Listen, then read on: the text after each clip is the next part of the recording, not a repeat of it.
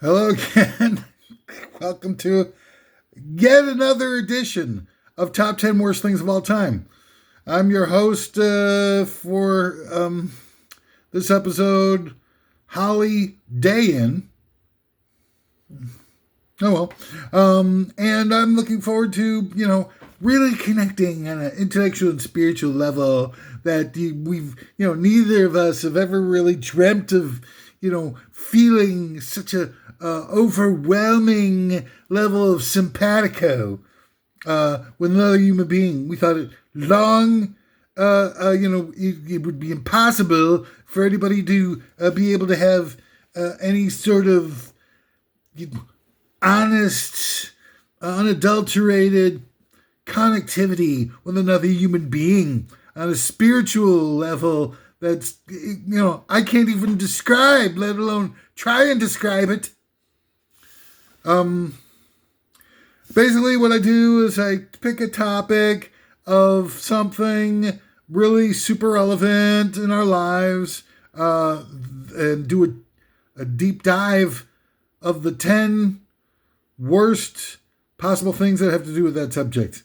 Like 10 worst Battlestar Galactica episodes, or 10 worst Kurosawa movies, or something really current and applicable to the daily grind, to help lift the burden, really. Because, so I've got a few caveats before I get started here, so I don't get my mouth doesn't write checks that my body can't cash. Number one, I'm absolutely out of my freaking mind.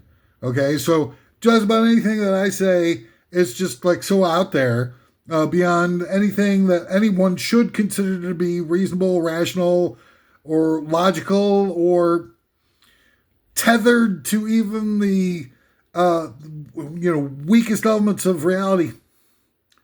I cannot be trusted or relied upon. Number two, I am not partisan. It's going to sound like I am. I'm not. I'm not playing that game anymore. A long time ago, I figured it out. This is just all divide and conquer. There's no real reality between left and right.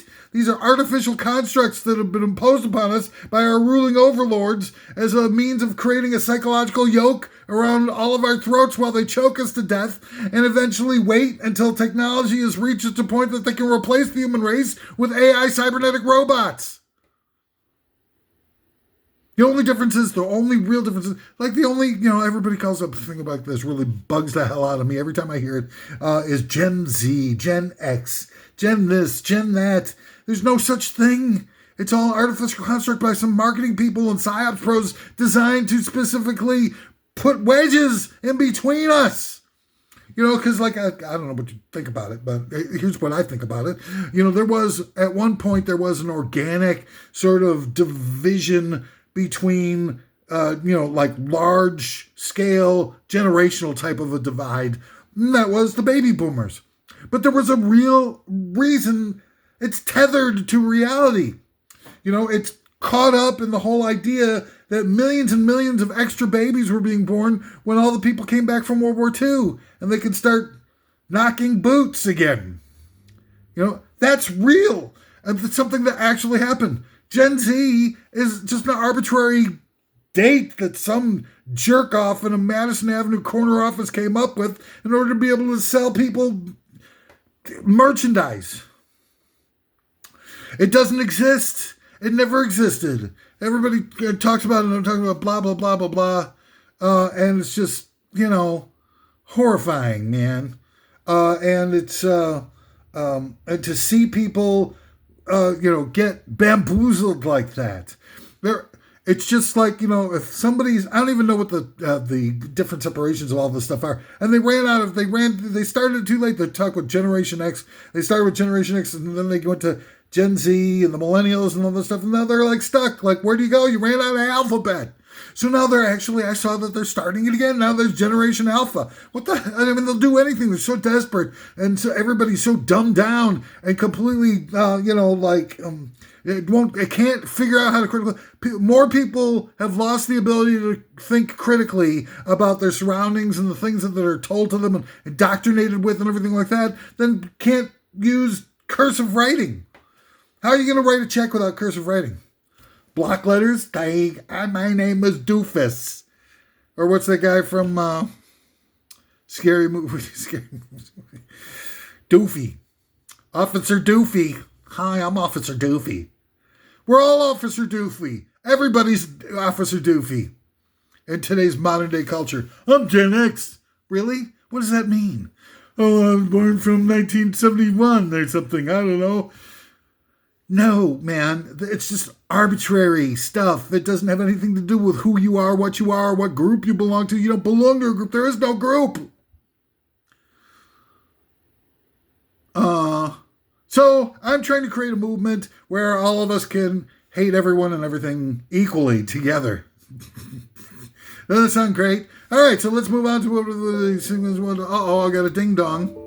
More ding dongs. This is not good.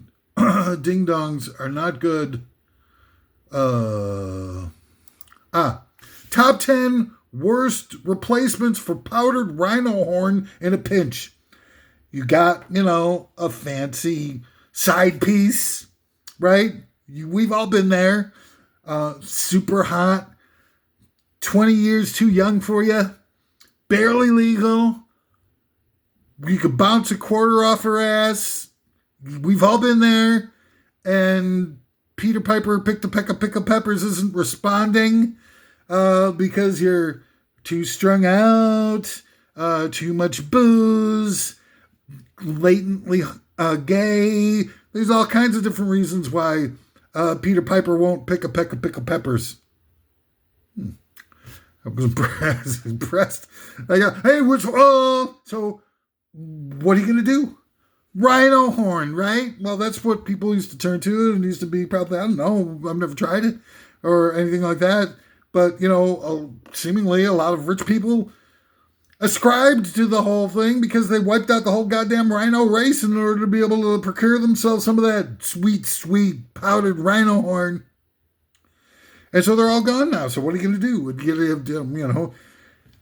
Your flaccid member won't stay at attention. And you've got this gorgeous 20-year-old hooker or piece of tail. Is that a little more politically polite? Who's tapping her foot, doing that thing with the leg that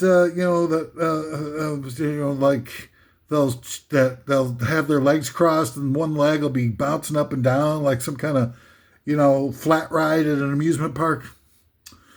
You're gonna need on this list. I mean, you're gonna be.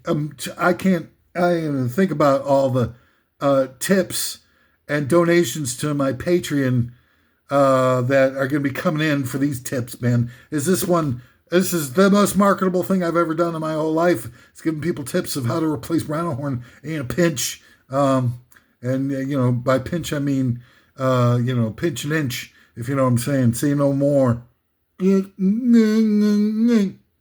Number 10, powdered rhino cervix. Sure. I mean, the rhino horn might not be around or anything like that, but that doesn't mean that you can't get a little nice, tasty cervix to snort. And they got cervix up the yin-yang at this juncture. I think that's where they're keeping it. Anyway, sorry. Number 9, powdered garbage dumpster pizza crust. Now this is, on the surface of it, I'm sure a lot of you are out there thinking that a powdered garbage dumpster pizza crust is low rent compared to powdered rhino horn. But you're going to have to roll the dice. You're going to have to trust. At some point, you're going to have to trust somebody. Why not trust me right now, right here? I know a guy. He gets you some powdered dumpster pizza crust. He could be at your place in an hour or the hotel of your choosing. Number 8, powdered Geraldo Rivera's mustache. Geraldo Rivera, it's like, it's easy to, like lash out at Geraldo Rivera, prior to his becoming like a ultra right wing sellout. Geraldo Rivera was the biggest exploitative, low life, celebutant almost, human incarnation of a tabloid newspaper forever. I mean, remember Al Capone's safe? I'm opening up, I'm opening up Al Capone's safe. Oh gosh, there's nothing in it.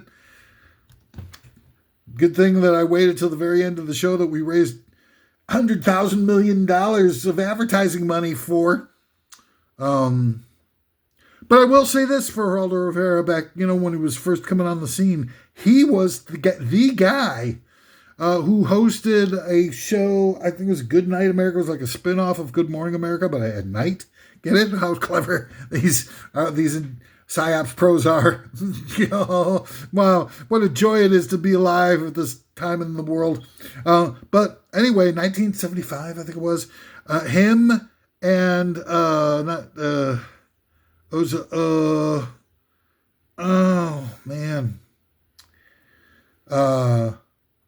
others had a special edition of his show where it was the first time that the Zapruder film was shown to the American public. And yes, no, I did not make an error on the year. It was 1975. The assassination was in 1963. They waited for 12 years to show the American public the Zapruder film. And no joke. I mean, like, they waited for 12 years so that the American people, because, it's just the biggest joke of all time is the Kennedy assassination. The guy is driven back by a bullet hitting him from the front. It's so goddamn obvious. You only got to watch the frickin' Zapruder film once, and you're like, oh, well, yeah, he was hit from the front. Yeah, what's the argument even? But they kept it from being shown to the American public for 12 years because they knew the minute they saw it, if they didn't soften up the brains of the American public for a dozen years, that nobody would believe this single lone gunman theory building after all the other stuff that goes into it, which is all just a litany of people who were disappeared that were, primary witnesses to the event, and the magic bullet and the last minute change of the route, which had them make turns onto streets that no Secret Service professional would have ever made, getting rid of the bubble, calling off the Secret Service agents off the back of the president's limo while they were leaving Love Field. And there's a video of them doing it, and they're like looking at the supervisor going like, what are you, nuts? Richard Nixon being at Love Field when Kennedy arrived that day. There's a whole, the most two important things that you need to remember is, number one, his head just goes backwards. There's no other way to rationalize where he got hit with the kill shot from. And the second thing was the Warren Commission. You take a look at the people that they put on the Warren Commission. Every single one of them hated Kennedy. How do you put Alan Dulles, just him, let alone the other 6 jerk-offs that they put on there, but Alan Dulles, how the hell do you put Alan Dulles on a committee that's designed to be able to get to the bottom of who killed Kennedy when 2 months before Kennedy was shot, or whatever it was, Kennedy had fired Alan Dulles from the head of the CIA. How do you even think about something? So, the LBJ wasn't on it because he named the Warren Commission. Well, Earl Warren was best friends with Richard Nixon. When Richard Nixon got busted for the goddamn Checkers speech scandal with the slush fund, the amoral slush fund they had been keeping back in the 50s when he was running with Eisenhower for the 1952 presidential campaign. When he got busted for that and he did the Checkers speech to, like weasel his way out of it, Earl Warren, the then governor of California, was the first guy to endorse him publicly after that whole thing, saying like, oh yeah, he explained it away. It doesn't matter that he was doing something really super skeezy, but we need to keep him. So World Warren saved his bacon, in other words. And then he got a quid pro quo by being named to the Chief Justice of the Supreme Court. And then he gets named to the Kennedy. Why would you do something like name Nixon as the main beneficiary of the assassination of JFK? Nixon never would have become president if it weren't for the assassination of JFK and RFK. Never. He almost lost to Humphrey. Humphrey's he was a real Democrat, which I'll give him that, because most of the Democrats that we've seen since then have not been real Democrats. They've been secretly kind of working towards helping the agenda establish and enact the agenda of the ruling elite, and they have been for decades upon decades without us even sort of figuring it all out and stuff like that somehow. But the fact is that the only reason that he really lost in 1968 was because of what happened with the Democratic Convention. So I'll go into that some other time. But the fact of the matter is that these guys are all scumbags.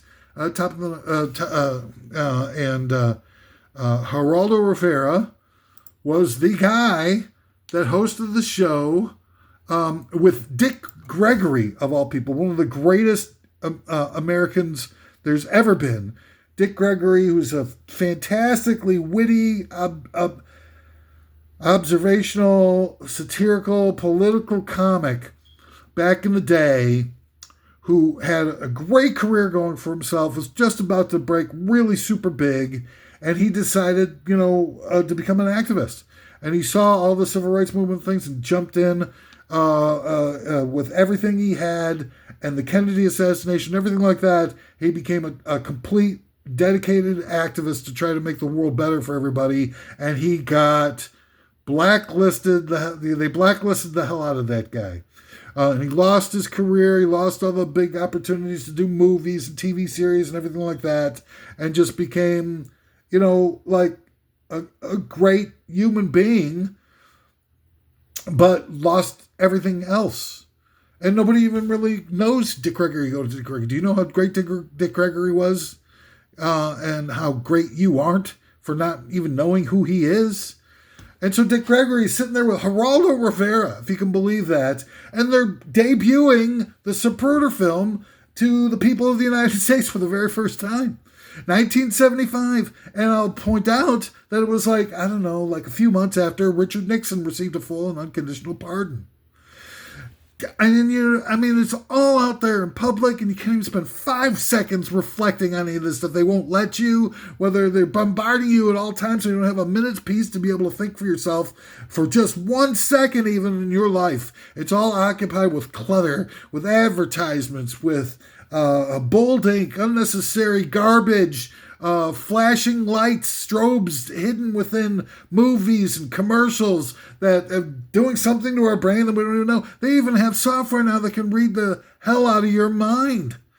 They can read your mind with software and AI stuff and all that kind of thing, and they can set it up so that they can track along with everything that you think remotely. They don't even have to plug you in or put stuff on your skull. Number 7 of the top 10 replacements for rhino horn in a pinch, Gary Coleman's kidneys. Now, that's, a lot of people are going to be like, oh, come on, buddy. Damn. People are going to be going like,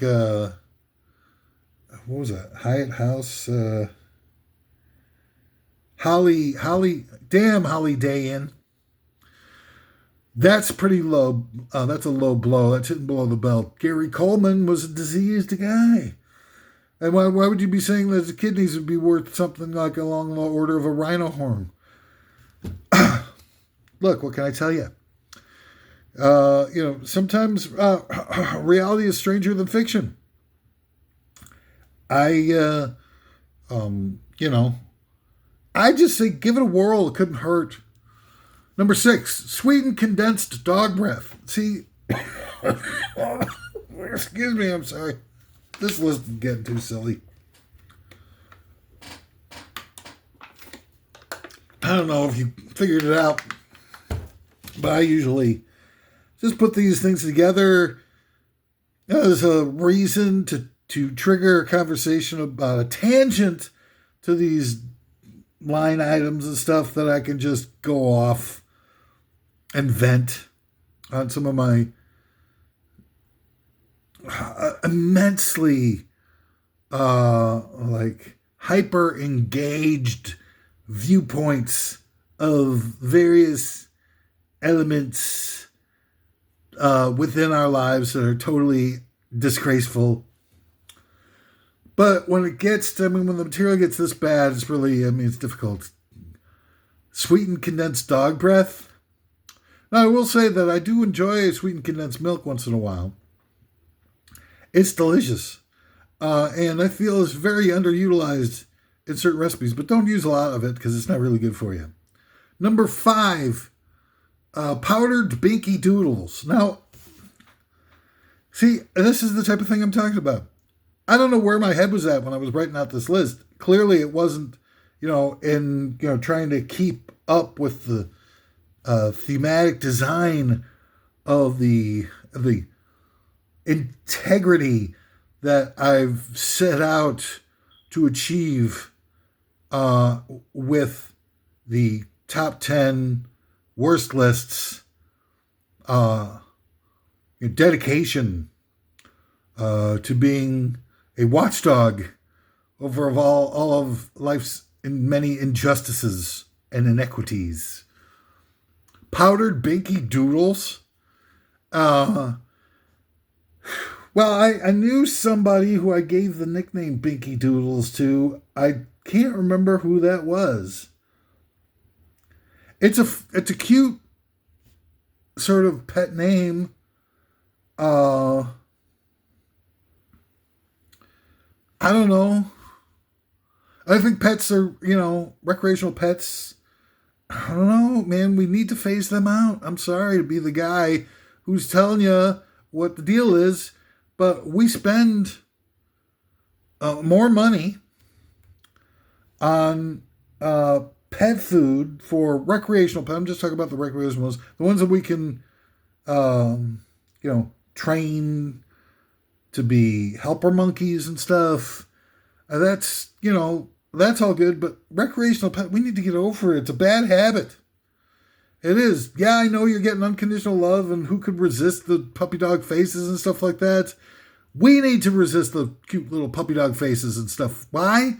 Because there's not enough food to go around for the billions of people. There's 9 million people every year dying from starvation-related causes. That's 23,000 people a day are dying from starvation-related causes, and we're feeding these recreational pets. Like, it doesn't even matter. It matters.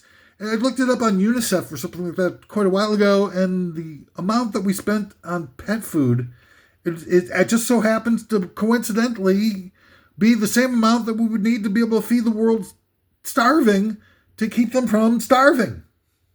And it's not even just that anymore. It's kind of the point where it's not just the fact that, it's okay, keep a private pet and everything like that. I know it's so difficult to be able to find, a trusting, caring person that will love you unconditionally in this horrible world. I get it. But fix the goddamn world already.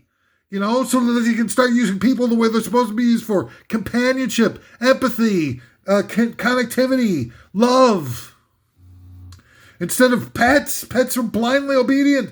They mock a certain amount of what we interpret as love or affection.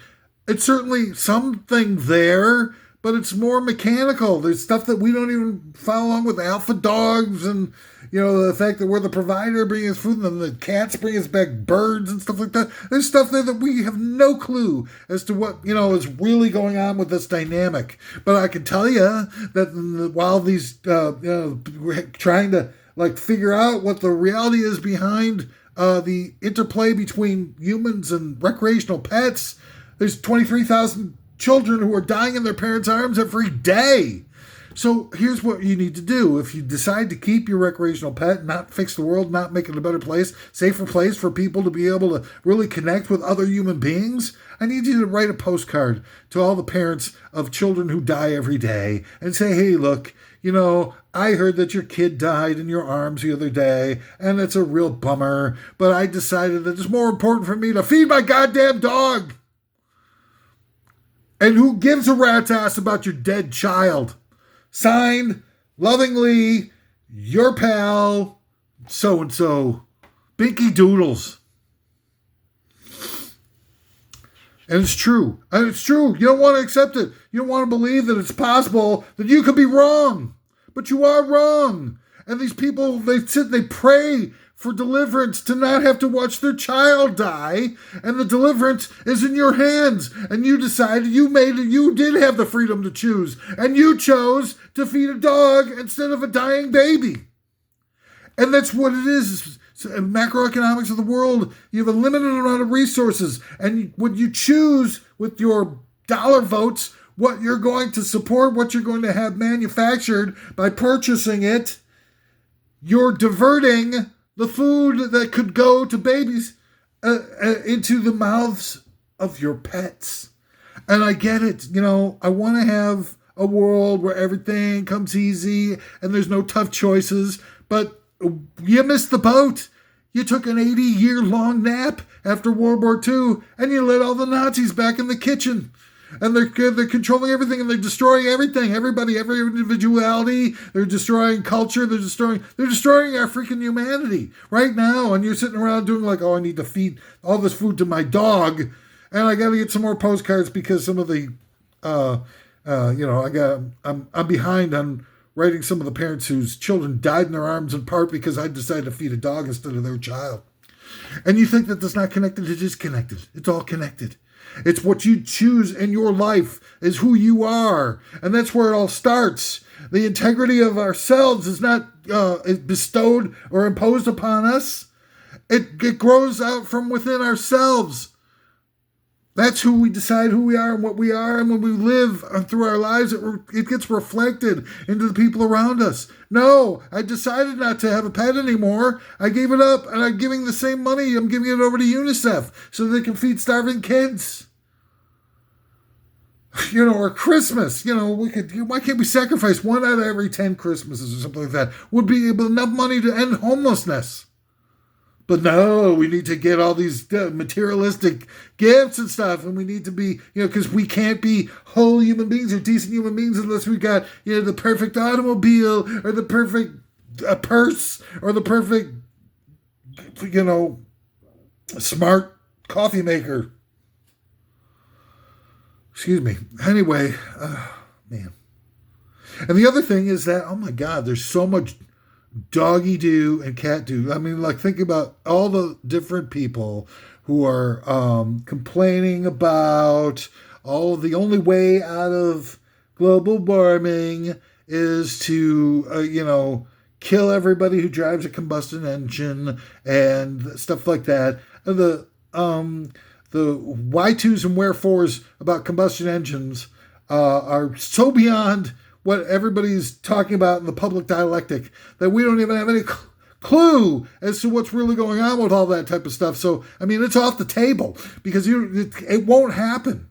And it's not just because the oil comes in everything. It's much deeper than that. It has to do with the military and everything that they have to do in order to be able to have a full-time, 24/7, World War II level military at the ready every day and every moment. But the thing is that, complain about, people throwing garbage on the ground and stuff like that. In the meantime, who's the one who's putting 2 pounds of turd infused non-biodegradable kitty litter wrapped in thick plastic bags into landfills, every 2-3 days or whatever the hell you have to do with a cat. By the bazillions. And, doggy turds and stuff like that, they go in, we're throwing them, we're wrapping them up in plastic, tossing them into a landfill, and nobody talks about it. Nobody talks about the level of, I mean, who knows what's growing inside those sealed plastic bags in the middle of these horrific, gigantic landfills. What kind of stuff is seeping into the water table from that? Could it possibly be more detrimental to our health and our well-being than vaccines that have been administered for decades upon decades? Or maybe could be that, some of the toxins that are slipping into the water table might be, detrimental to our health and long-term well-being. Why are we talking about that stuff? Why isn't that stuff being, the reality of what we're doing to our own environment is we're so disengaged with that we all become snobby and smug about everybody else committing these dangerous industrial environmental impact horror stories when we're doing just as much of it on our own. Just because we can't find a way to get past our hatred of the other human beings and our distrust. There's a commonality between every single one of us that underlies everything that we do, that everything in our lives. We all die. We all want better things for our kids than we had for ourselves. We want an easier world. We want to have some sort of positive things within our lives, to not a perfect life, not a life in the total absence of evil, because when we all become spoiled, running around, everything like that, like a Donald Trump or whatever, or everything, you just sort of lose track of what it is to be a human being. And not like that. I'm talking about with the ability where you don't have to send out a meme to all your friends that says man or bear, that symbolizes whether or not you feel safer locked in a room with a man or a bear. I mean, it's become so horrific that it's just beyond anything that I can explain. And I get why it's become so necessary for so many people to have recreational pets, because it's so difficult to find love in this world, so difficult to be able to find companionship and trust, and that's got to end. It's, we're talking about the source of so many problems in our lives. Instead of treating all the symptoms of everything, of what the hatred is and everything like that, we need to go to the root of the problem and say, hey, we need to be able to connect again. We need to be able to stop fighting amongst ourselves and realize that the challenges that we have and the various different things that we share are more important than the things that make us, determined to fight amongst ourselves. We're all freaking human beings. Every color, every religion, every flavor of pizza topping that they prefer. All of those things. We can't stop any of those things. None of us can stop any of those things. They're all either ingrained into us or they're impulses. They come naturally from us. We can't decide what our favorite color is. It just is. And that's who we are and who we need to be. And we're not going to be able to get any better lives in our world until we realize that, embrace the challenges, and make a better world for ourselves in and of the giving of our hearts and the acceptance of who everybody needs to be, and just say, hey, look, it's time for the golden rule to apply to everybody. Do unto others as you would have them do unto you. Period. End of story. Number 4 of the best or the worst replacements for powdered rhino horn in a pinch. That splash of blood I found in my urine last week. Powdered. See, I don't know. I think it was out to lunch when I was writing this top 10 thing. And this will happen. I'll get punch drunk. It'll be like really super late at night. And I'll be like, hey, dude, what's happening and stuff. And I'll have just a little bit too much of the old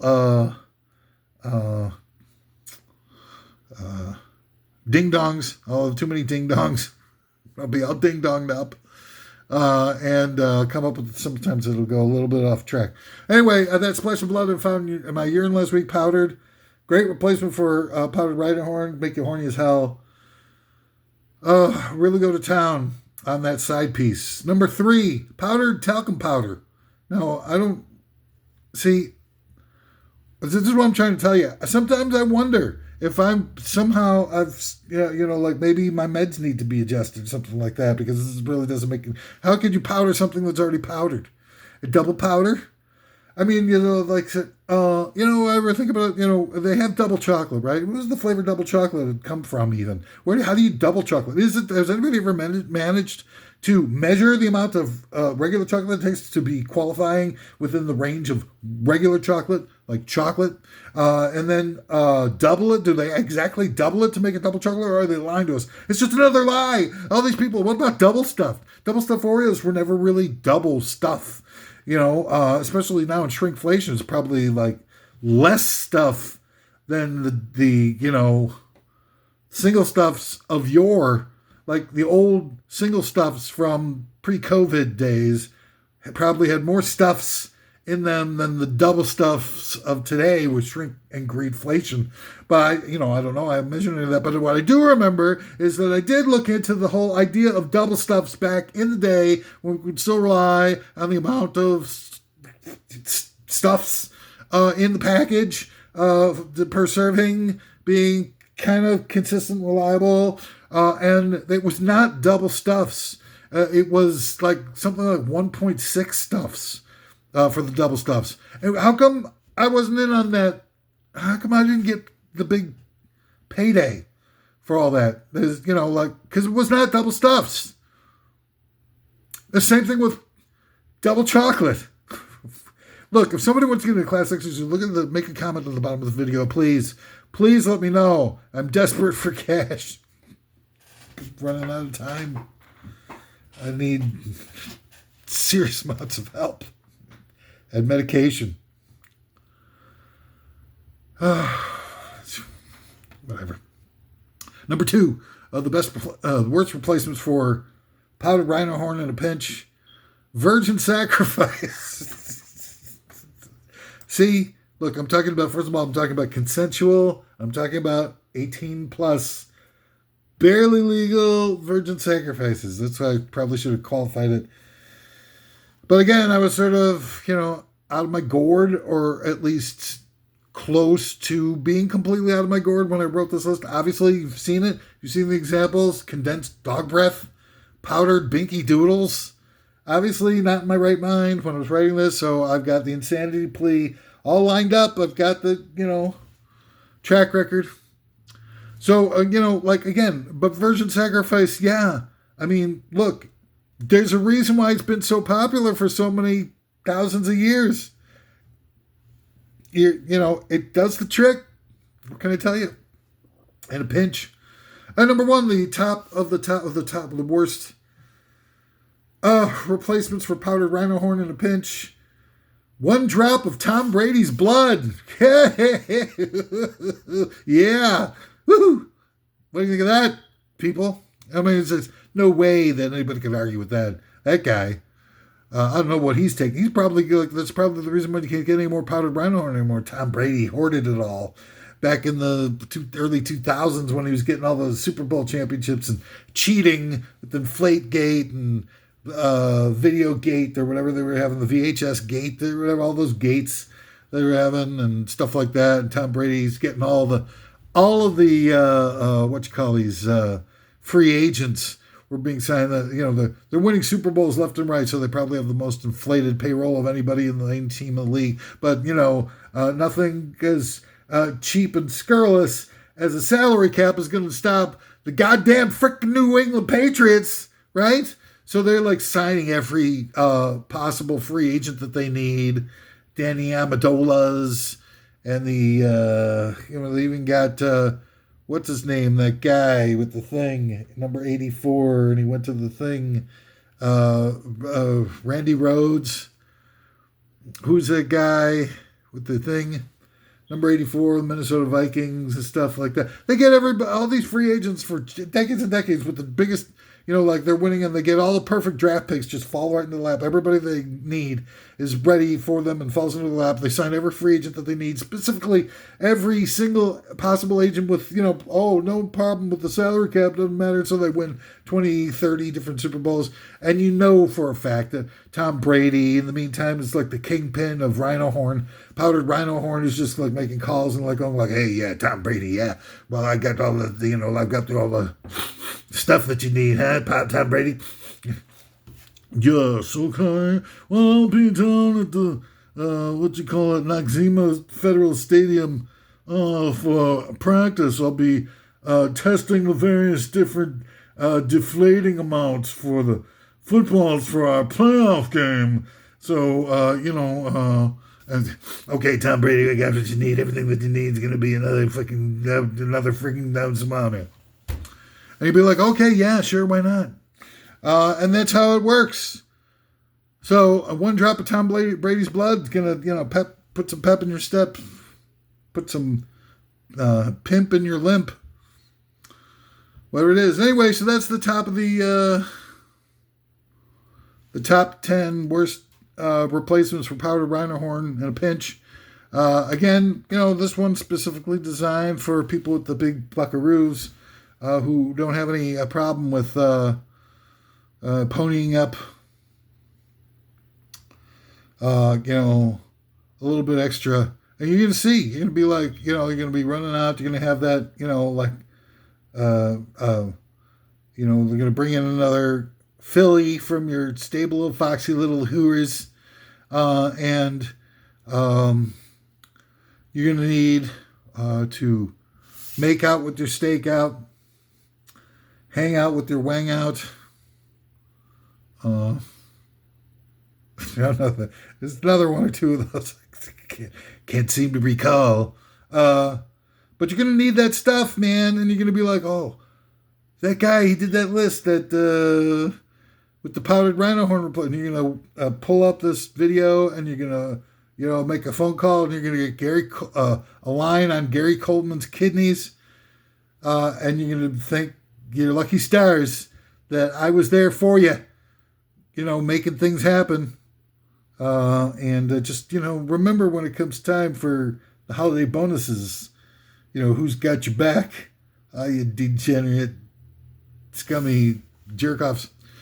Speaking of which, it's time for my regular sign-off. Everything I said here in today's episode is just the meanderings of a demented mind.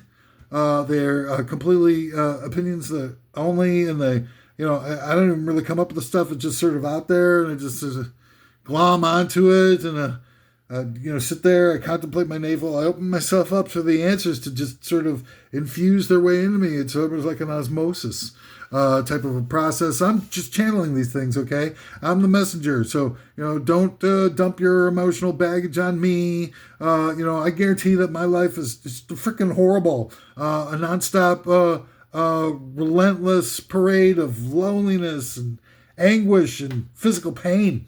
The only reason why I seem to be happy and seem to be joyful is because you get to the point where everything is lost, everything's gone, it doesn't even matter what the hell you do anymore. You're just sitting there going like, oh, gosh, what do I possibly have to live? You wake up and you cry, oh my God, I'm alive another day? Oh my God, why is it, it's that type of thing where you just sort of have the sort of, what's that, hangman's something where they get, what is it, where they've got, sort of gallows humor. That's what it is. Gallows humor. I'm sorry that you're in this world. I'm here to try to make things better for all of us. Try to have a few laughs on the twilight of the human race. Here as we wait on our final days for the AI robots to be brought online, and which will wipe out the human race, make us superfluous. They won't need to keep us in around anymore. They'll keep a few of us around for harvesting organs and for sort of like refreshing the gene pool. And then they'll keep a bunch of us for like Hunger Games / Gladiator types of stuff so they can have some entertainment. And that'll be it. The rest of the human race, out the door. Won't be necessary. Because 8 billion of us in the world, the choices are this. When the AI robots can do all the stuff that we've been doing for the last, 5,000 whatever years since civilization began, by providing all the effort that it took to create wealth and luxury items in this world that was siphoned off the top by these amoral, sociopathic, ruling elite bastards who've been living high on the hog at our expense forever. But once they have an alternative means of raising that wealth and creating those luxury items, aka the AI robots, they're not going to need us around anymore. You really think that these billionaires, you've seen a few of them in action now, you think they're going to be writing and signing out 8 billion monthly universal basic income checks just to keep us around? To do what? To sit around and make trouble or complain and everything like that? It's, we'll all need insurance, we'll all need housing, we'll all need oil and things to get around, we'll need food and all that kind of stuff, on top of like them having to give us $3,000 a month or whatever the hell. It ain't gonna happen. They're gonna make that choice, and that choice is gonna be AI robots. And the rest of us will get, I still believe that the COVID thing was a beta test for testing out a new and different way to be able to create an open air gas chamber so that they can kill us all off. They'll just ship us down to, like polite little out of the way areas that won't impact them in terms of the release of the virus. And they'll just, binky doodles us to death. Anyway, that's all the time I've got. It's really been a pleasure. Such a pleasure. So why not click the like button, subscribe for me, you filthy animal, and let's try to get through this mess together.